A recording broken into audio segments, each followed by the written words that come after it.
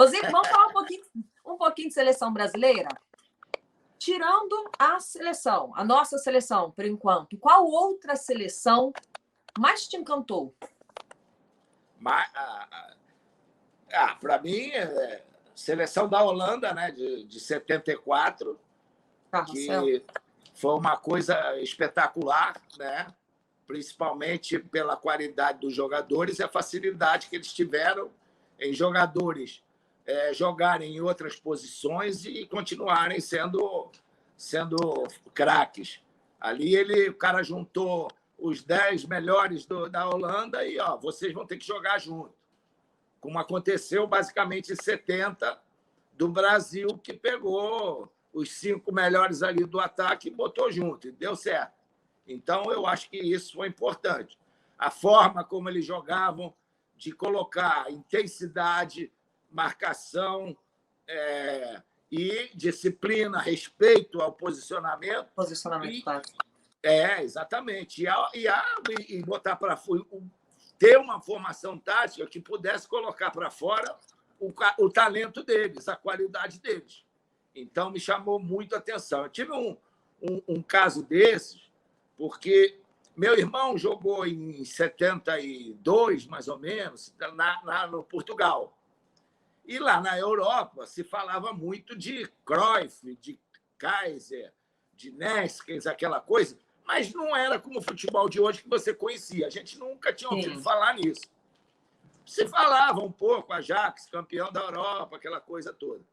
Meu irmão veio de férias no Brasil e ele jogando pelado, ele só falava: Cruyff, eu sou o Cruyff, eu sou o Kaiser e tal. Aí ninguém... esse cara, meu irmão, já era meio doido, né? Aí ele fala: voltou de lá da Europa mais doido ainda.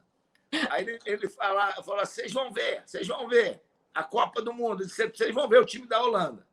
Cara, no dia do jogo da estreia contra o Uruguai, estava minha casa cheia, todo mundo para ver a Holanda, ver o Cruyff. E quando começou o jogo, que eles começaram aquele abafo, aquela coisa, aquela loucura que o Uruguai, que tinha um dos melhores jogadores do futebol mundial, que era o Pedro Rocha, jogou no Brasil, o cara não conseguiu tocar na bola. Então, foi um negócio assim fantástico para todos nós. E não é só a questão que estava acostumado de ver na Europa, marcar, correr, aquela coisa era a qualidade dos caras, técnica. Isso aí é uma coisa fantástica. Então, para mim, essa seleção foi a seleção que mais me encantou. Ô, Zico, ano que vem é ano de Copa do Mundo. Quanto te preocupa em questão de competitividade? A pandemia, o calendário, que Copa do Mundo você acha que vem pela frente? O que preocupa a gente é a falta de público, né? Futebol sem público não é futebol. Eu te digo, eu vejo alguns jogos por torcedor, às vezes por poder ter que observar jogadores pelo trabalho que eu exerço lá no Kashima. Então, eu tenho que estar em dia com o que está acontecendo. Eu vejo jogos da primeira divisão, segunda divisão, jogos de seleções, tudo que está acontecendo, a gente tem que ver.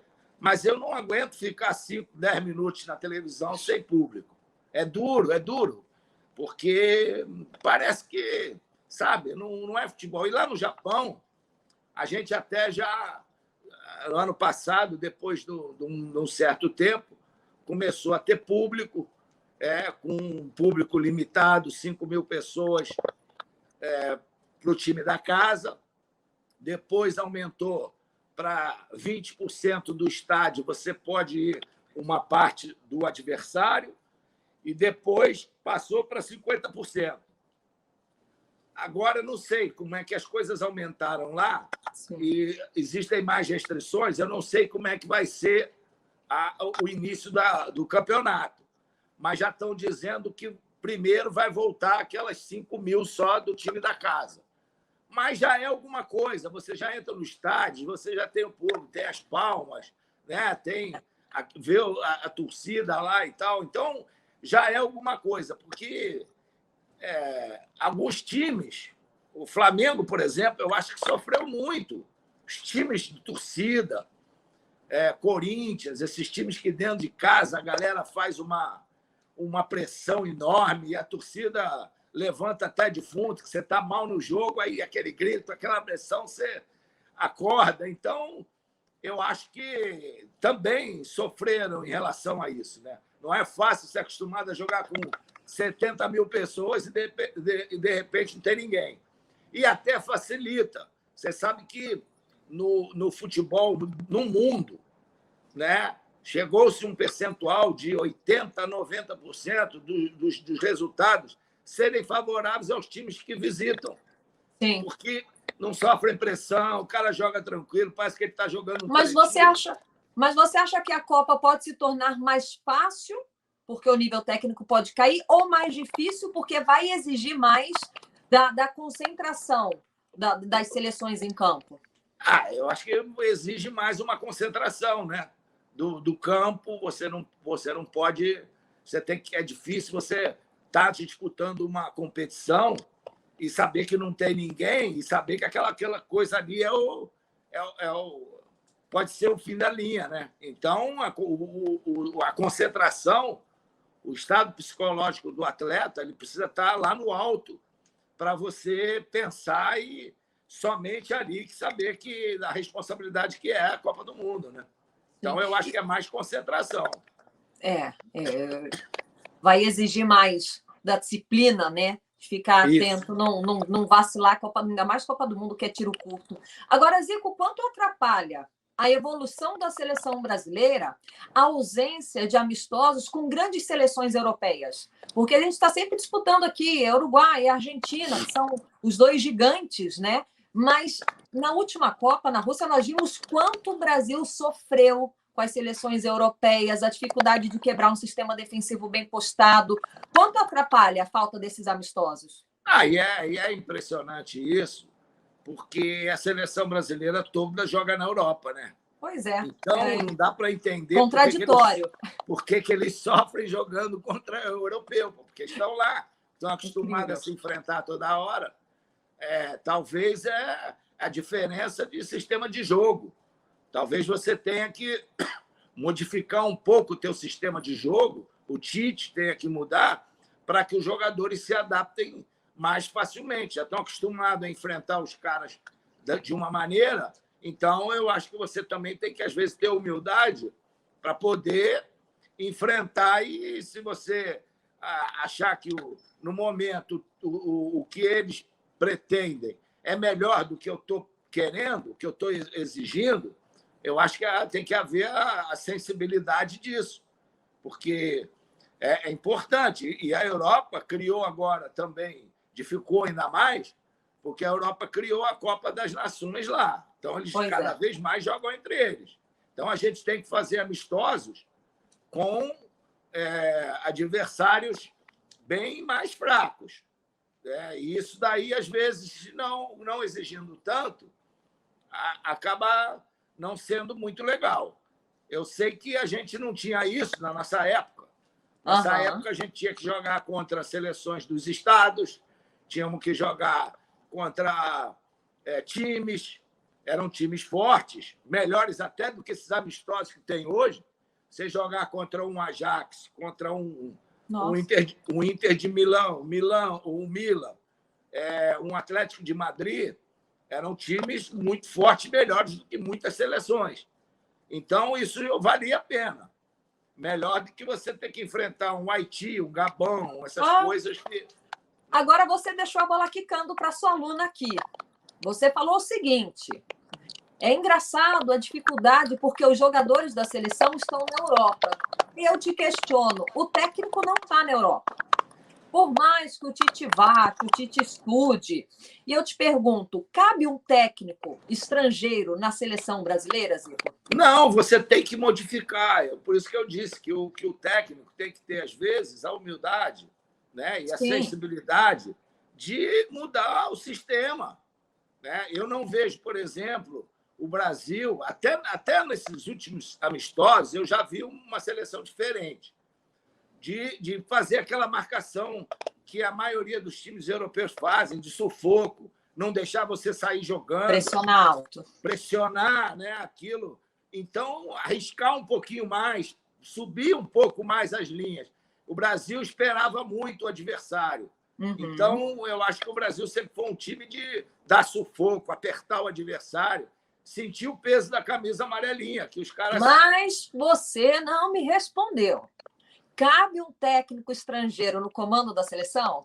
Eu acho que em algum momento? Cabe? Cabe, mas eu acho que não precisa. Nós temos treinadores competentes aqui para dirigir a seleção brasileira. Agora, temos que saber que a nossa base da seleção está lá fora. Então, a gente não pode... A gente tem que criar um sistema para eles que seja mais fácil para eles lá. Eu te dou um exemplo que eu trabalhei no Japão. Eu sou adepto ao sistema de 4-4-2, né? Que eu acho que é o mais... em termos de sistema, eu acho que talvez seja um dos melhores, né? Agora, no Japão, eu tinha lá 16 times, 15 jogavam com 3 zagueiros. Só o Kashima que jogava com 4 zagueiros. Então, o que eu fiz? Eu procurei adaptar a seleção ao que os caras fazem durante o ano inteiro. Então, eu comecei a jogar com 3 zagueiros. Né? Entendeu? Então, eu não para facilitar eles. Porque eu sabia que eu não ia ter tempo para fazer o 4-4-2 de treinamento. Então, eu, às vezes, mudava durante o jogo, mas aí é uma coisa que o jogador nem sente muito. Então, eu acho que tem que ter isso também, né? Você tem que saber. Pô, o cara joga de uma forma assim. Eu acho que o que eu vejo é isso. Uma coisa importante. Você vai pela seleção pelo que você faz no teu clube. Então, quando você chega na seleção, às vezes você é mudado de posição, como aconteceu com o Bruno Henrique. O Bruno Henrique o tempo todo jogando no Flamengo pela esquerda ou ali no meio. Quando ele foi para a seleção, botaram ele lá na direita. Então, eu acho que não tem sentido isso. Tá? Mas se a gente parar para pensar no trabalho do Tite, no clube, no último clube, por exemplo, que ele foi super vitorioso, eu adoro o Tite. Confesso que eu fiquei um pouco decepcionada na Copa da Rússia, porque não esperava que ele fosse tão cabeça dura, mas o forte do Tite, pelo menos no Corinthians, o último trabalho como clube, era um sistema defensivo bem sólido. Era 1-0, era goleado e estava tudo bem. E aí a gente espera dele na seleção algo diferente. É diferente. Poxa, você na seleção tem o privilégio de escolher os melhores do mundo. Tá? No clube, você tem que trabalhar com o que você tem ali. Então, você pode adaptar um sistema para a qualidade dos seus jogadores. Se você convoca jogadores que têm um tipo de qualidade diferente, você tem que adaptar o sistema a essa qualidade, para você poder render mais. Então, eu acho que é isso que não está acontecendo na seleção. A gente não está vendo, com o material humano que tem ali, um tipo de futebol que a gente gostaria que fosse. Futebol da seleção ficou burocrático, Zico, porque dizem que hoje em dia, olha, o futebol é mais veloz, dizem que o futebol hoje é baseado na recomposição. O que o Zico diz disso tudo? Eu acho que ficou mais rápido. A marcação é mais rápida, por isso que os treinamentos hoje são de muito mais rápido, passe com rápido. Agora, tem uma coisa também, né? Os campos são tapetes, né? Não tem buraco. Então, você não tem problema. Depende. O Maracanã está horroroso. Mas são poucos. Na Copa do Mundo não tem nenhum horroroso. É verdade, Copa não tem. Onde joga a seleção, não tem. Tanto é que a seleção não joga no Maracanã, por quê? Pois é. Boa pergunta, por quê? Não sei. Dizem que tinha medo da torcida, porque a cobrança é muito grande. Então, foi impressionante. Foi uma coisa absurda o Brasil não jogar no Maracanã na Copa do Mundo no Brasil, só se for para a final. Eu acho que foi um grande absurdo. Mas diz que foi por medo de pressão. Entendeu? Medo de pressão, e você quer fazer uma Copa do Mundo em casa, lembrando que o público em São Paulo também é muito exigente. Agora são coisas inteligentes da estratégia que ninguém entende até hoje, e eu acho que nós não teremos essa resposta, Zico. É verdade. Então, eu acho que o futebol hoje ele está mais... o contato físico está maior, mas todo mundo está bem preparado para isso. Você tem condições de se livrar. Você tem condições de fazer o jogo andar pela qualidade dos jogadores. Então, eu acho que o Brasil é que está precisando disso. Fazer um futebol mais rápido, uma transição mais rápida, né? Que a saída de bola da defesa para o ataque muito mais rápido, chegar no gol. Então, eu acho que isso está faltando na seleção. A gente não está vendo. Está burocrática. Ô, Zico, antes da gente entrar no assunto do Flamengo, a última perguntinha sobre a seleção. Você confia na seleção brasileira para a Copa do ano que vem?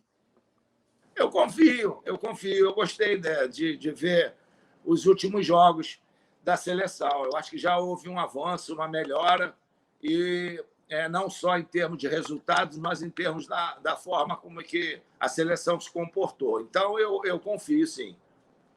Boa. Alô, Tite? Estamos de olho em você. Eu vou colocar agora você para cobrar. Vou te colocar na marca da Cal.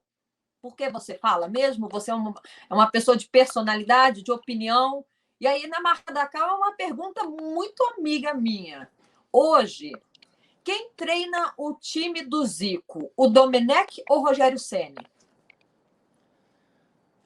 Olha, a mim, treino o Rogério Ceni. Por quê?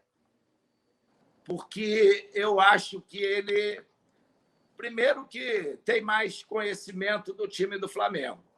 Tá?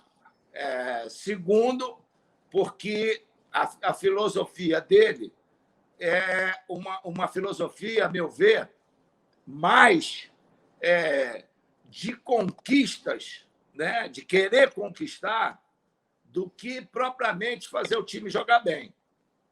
Tá.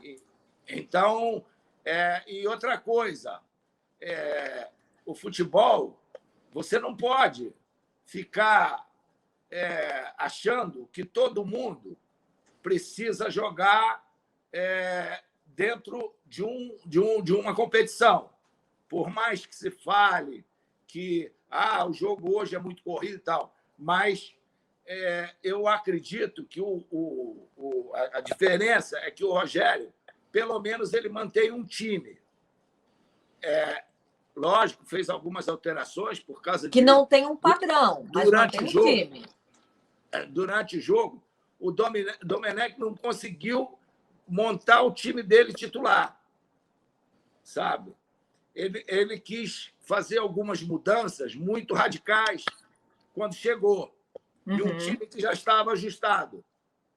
Então, eu acho que o Rogério ele tem um padrão de jogo e tal.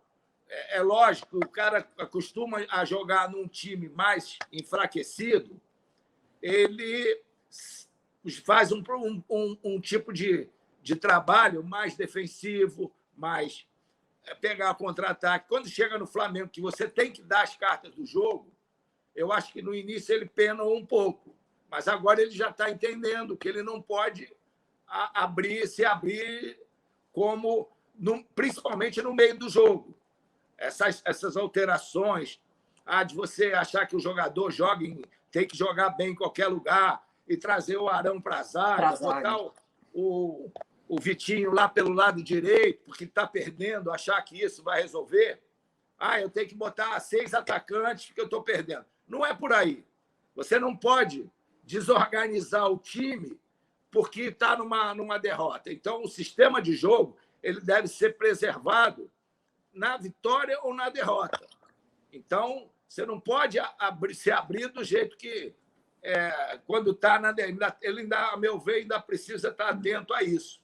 O sistema defensivo do Flamengo vem sendo um problema muito grande nos últimos anos. O Portuga conseguiu dar uma resolvida, né, com o Pablo Mari, mas tanto o Domi quanto o Rogério Ceni voltam a bater cabeça com isso. O Domi bateu, teve menos tempo. A contratação de certos jogadores que estavam com estavam bem em outros times. Você não pode dizer que o Léo Pereira não estava bem no Atlético Paranaense. Não pode dizer que o Gustavo Henrique estava bem no Santos. Não pode dizer que o Michael não estava bem no Goiás. Agora, qualquer jogador precisa de sequência de jogos para poder ter um bom rendimento, entender o que é aquele time. O Michael jogava todo domingo de titular. De repente, ele tem que entrar 20 minutos, tem que dar. Não é a mesma coisa. O Léo Pereira joga um jogo, se ele joga mal, aí entra o Gustavo Henrique, aí joga um jogo. Então, é complicado isso, entendeu? Então, tem que haver uma sequência. O Gustavo Henrique, por exemplo, ele teve uma sequência maior, infelizmente, não foi bem. Cometeu alguns erros. Então, aí sim você tira. Tá? Você deu um tempo para ele, para tentar se adaptar. Porque não é fácil. O Flamengo é um time que muitas vezes vai muito para o ataque, se abre demais. Então, se você não está acostumado a jogar nesse sistema, você fica mais vulnerável. E aí os erros acontecem mais.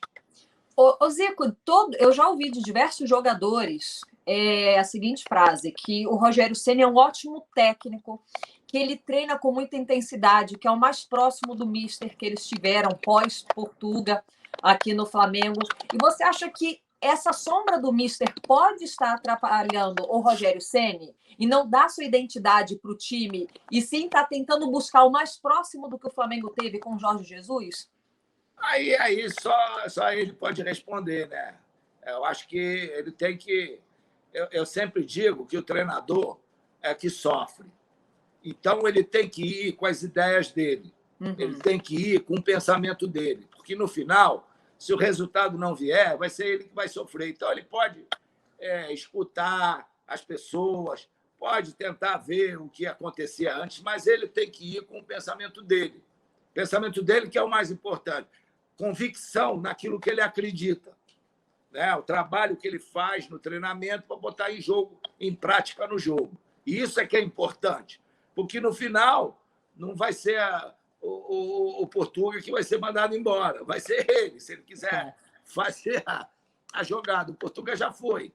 Então, você acha que o grande diferencial do Portuga, como você diz, do mister, do Jorge Jesus, foi justamente esse espírito de querer vencer, a competitividade, ou ele teve algo que brilhou ainda mais e tirou todo mundo da zona do conforto?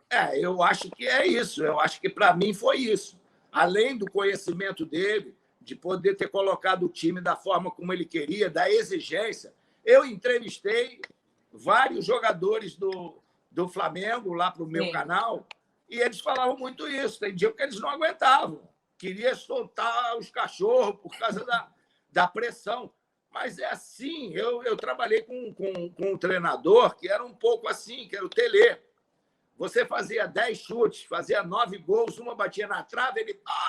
por que bateu na trave? Então, se você reclamasse com ele, seria pior, porque ele ficava, não, tem que fazer os 10, tem que fazer os 10. Então, quando o treinador está em cima de você para isso, é sinal de que ele está te ajudando, ele está cobrando.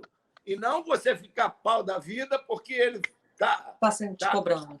Te cobrando. Ele está te cobrando porque ele sabe que você pode dar para ele o que ele quer. E você, dando para ele, você vai dar para o time, você vai dar para o clube. Então, o Portuga era assim. O Portuga estava ganhando lá de 5-0, o nego fazia uma graça, ele chegava e dava um esporro. Não faz, sério e tal. Você via isso claramente. Então, isso é importante para qualquer jogador, para os jovens. Não sei se você lembra do caso do Renier, um jogo que começou a fazer uma graça lá e ele deu no meio dele, entendeu? E o garoto só evoluiu, cresceu. Então, o futebol é assim, cara.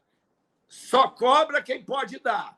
Se o treinador não olha para você, não te cobra nada, é preocupante você estar jogando. A última, Zico, para a gente fechar. Se você tivesse a oportunidade de mudar alguma coisa na sua vida, o que seria? Ou de refazer algo na sua vida, pessoal ou profissional, o que seria? Acho que Deus foi muito generoso comigo. Eu acho que me deu coisas boas, coisas difíceis de serem superadas, mas eu consegui.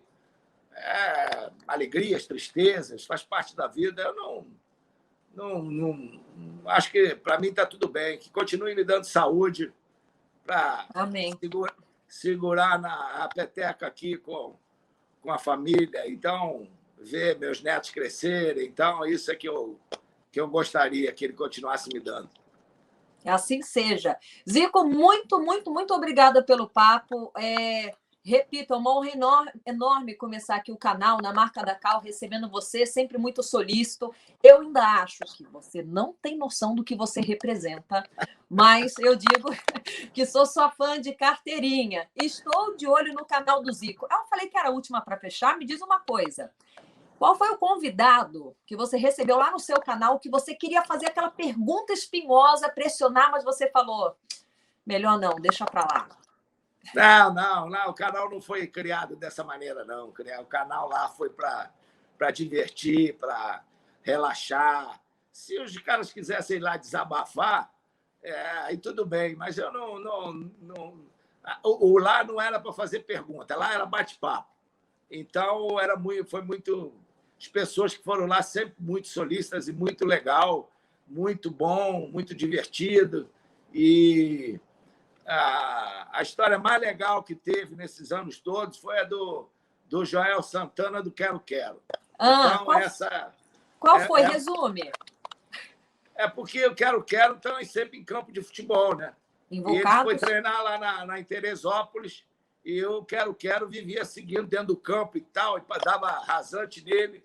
E aí ele foi lá para cima para o quarto e o Quero também foi. Meu e pai. Aí, quando ele abriu a janela, o Quero deu meia volta e foi com tudo. E aí, quando o Quero estava chegando, ele fechou a janela, o Quero Nunca mais ele foi perseguido pelo Quero. Cheio das estratégias. Cara, Quero é muito invocado. Eu já corri de Quero. Eu sei bem que é isso. Eles passam lá, botam os ovinhos.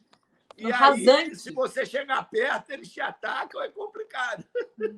Sensacional. O Joel é um querido, com certeza vai marcar presença aqui também. Então é o seguinte, você que está assistindo esse vídeo, aproveita, se inscreve lá no canal do Zico, se inscreve aqui no meu canal, ativa o sininho no canal do Deus Rubro Negro, ativa o canal aqui, o sininho no canal também, eu tenho certeza que vocês vão gostar do material ao longo da semana. E lá no canal do Zico, vocês têm o Zico, né? Não preciso falar mais nada. Querido, beijo grande para você, muita saúde para você, para sua família. E a gente se vê no Jogo das Estrelas. Eu estarei lá, de gandula, mas eu estarei. Se Deus quiser, que esse ano a gente possa ter. Estamos numa campanha aí para arrecadar, através da internet, para algumas instituições. Né? Vou mandar, inclusive, uma foto de vocês, para você, das instituições. Vou colocar lá nas minhas redes sociais, é muito legal. Exatamente, para você nos ajudar. Vamos fazer um sorteio no final do kit, eu fazer uma live com meu filho no início de fevereiro agora, e se Deus quiser, a gente vai poder pelo menos ajudar fora do campo essas entidades. Ajuda é como se você estivesse comprando ingresso para ver o jogo lá. Claro. Então, eu acho que foi um ano difícil para todo mundo, que esse ano a gente tenha muito mais alegrias do que tristezas. E te desejo muito sucesso aí no canal, que corra tudo bem, né? Tenho certeza que vai ter grandes convidados e muitas boas histórias para a galera.